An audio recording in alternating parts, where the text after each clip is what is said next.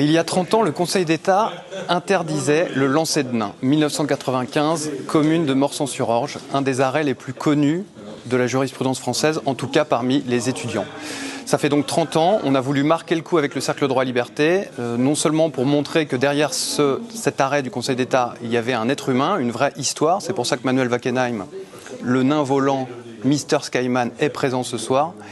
Moi j'avais un bon métier, je demandais rien à personne, je faisais mon show, voilà, je payais mes impôts comme tout le monde. Du jour au lendemain, je me suis retrouvé chez moi à la maison avec plus rien. Et le Conseil d'État, dans cette décision de Manuel Wackenheim, dit le nain volant, a rajouté à la notion d'ordre public, je dirais une notion immatérielle, c'est-à-dire la dignité humaine.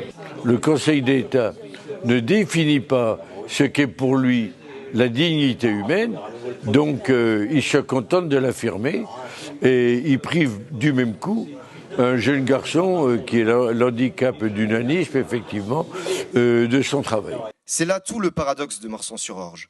On y découvre une dignité imposée, non plus conquise, une dignité aussi floue qu'absolue, érigée en principe sacré, au risque de devenir un instrument d'ingérence morale.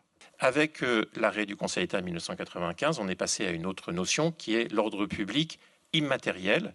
Et donc, le respect de la dignité de la personne humaine, dit le Conseil d'État, est une des composantes de l'ordre public. Donc on voit que finalement, la jurisprudence tend à utiliser cette idée de dignité pour restreindre en fait toute une série de libertés, que ce soit la liberté de prestation de services, la liberté de manifester ou la liberté d'expression. On a voulu montrer comment l'introduction du principe de dignité dans le droit a encore des répercussions maintenant concrètes, puisque au nom de ce principe, on vient ici interdire des spectacles, là interdire des manifestations, et c'est ce qu'on va montrer ce soir avec un professeur de droit, Manuel Wackenheim, et son avocat.